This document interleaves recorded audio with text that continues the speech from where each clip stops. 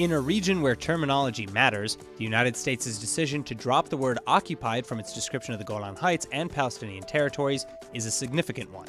And in its annual country report on human rights practices published on Wednesday, the United States described the regions as under Israeli control, with the words occupied nowhere to be found. This marking a suspected gradual shift in policy from when United States President Trump first took office.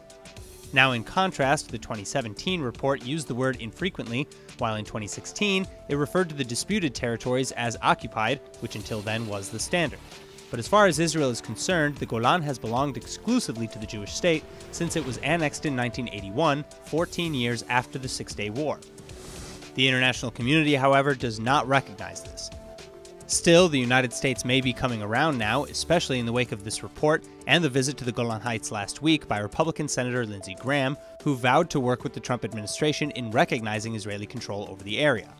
Meanwhile, though, the White House insists that there is no change in policy, and speaking at a Wednesday State Department press conference in Washington about the report, Michael Kozak from the Bureau of Democracy and Human Rights said, quote, "Our policy on the status has not changed, and that is my understanding. We decided not to use the term in the reports because it's not a human rights term, and it was distracting."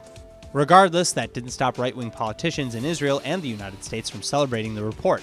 Knesset Speaker Yuli Edelstein, for example, said, quote, "The nation has long been with the Golan, and now United States President Donald Trump is also. Thank you, President Trump, for another important step on the path of truth and justice for the Golan Heights and for Judea and Samaria.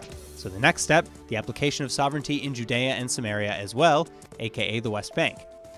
Then finally, Bayit Yehudi's MK Bezalel Smotrich and Deputy Foreign Minister Tzipi Hotovely similarly praised the new terminology, or lack thereof.